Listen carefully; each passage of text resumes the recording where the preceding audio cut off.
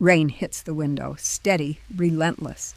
I'm sitting at my vanity, same mirror I've sat in front of for 40 years.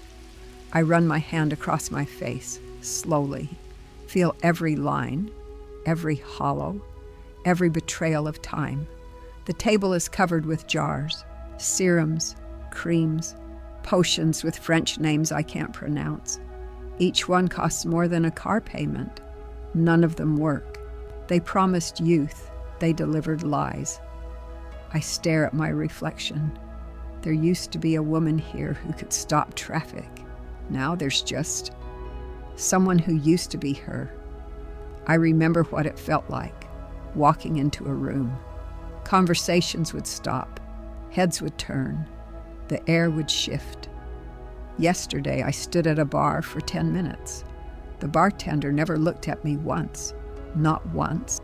I was 23 when I learned my power. A restaurant in Manhattan.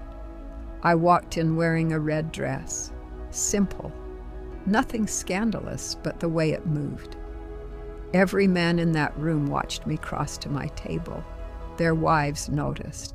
Their wives hated me. I loved it. Champagne arrived before I ordered, from a man 3 tables over. Older, expensive suit, wedding ring. He never came to my table. He didn't need to. The champagne was the opening bid.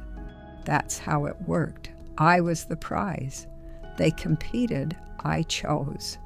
For 20 years, I never paid for dinner, never waited in line, never heard the word no.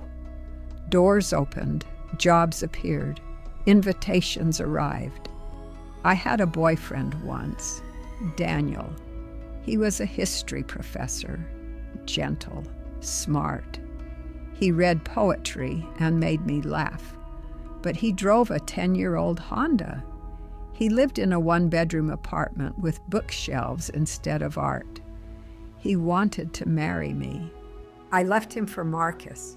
Marcus had 3 cars, a penthouse, a watch that cost more than Daniel made in a year. Marcus was cold, arrogant.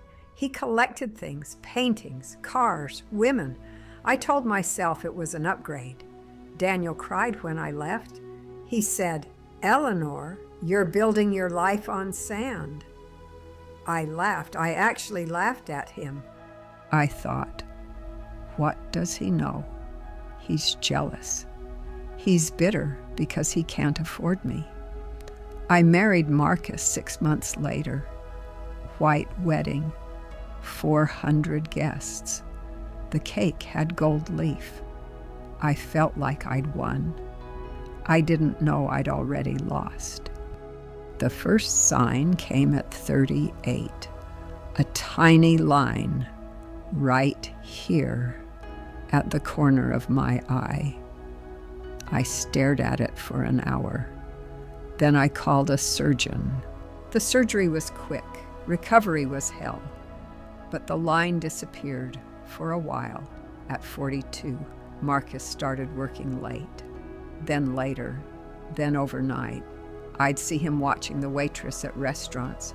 Young girls, 25, 30, their skin still tight, their smiles still easy. He never looked at me the way he used to. I tried harder, new dresses, new procedures. I became a frequent flyer at the clinic, Botox, fillers, a facelift at 47. I looked in the mirror and didn't recognize myself. But I was terrified to stop. Because if I wasn't beautiful, what was I? The dinner party was the moment everything crystallized. Marcus hosted clients, important people, businessmen, politicians, their wives.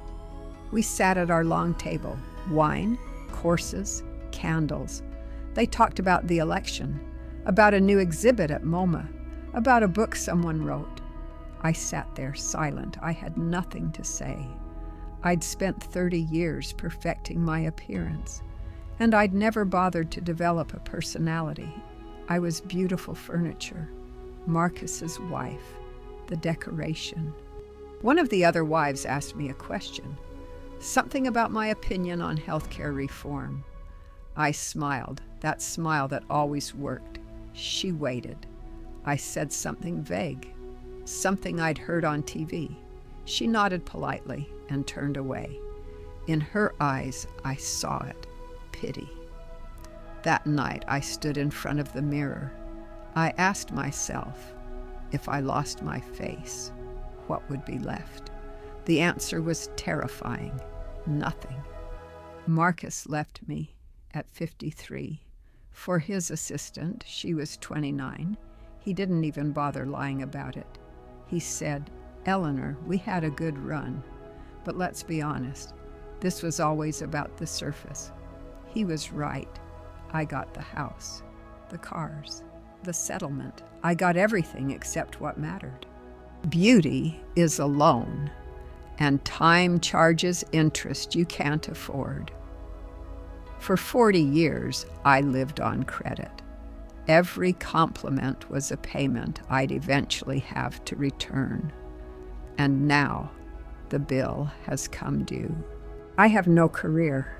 I never needed one. I have no skills. I never learned any. I have no real friends. I had admirers, fans, people who wanted to be seen with me. But when the show ended, the audience left. No one calls anymore. The invitations stopped coming. I'm invisible now. You know what's strange?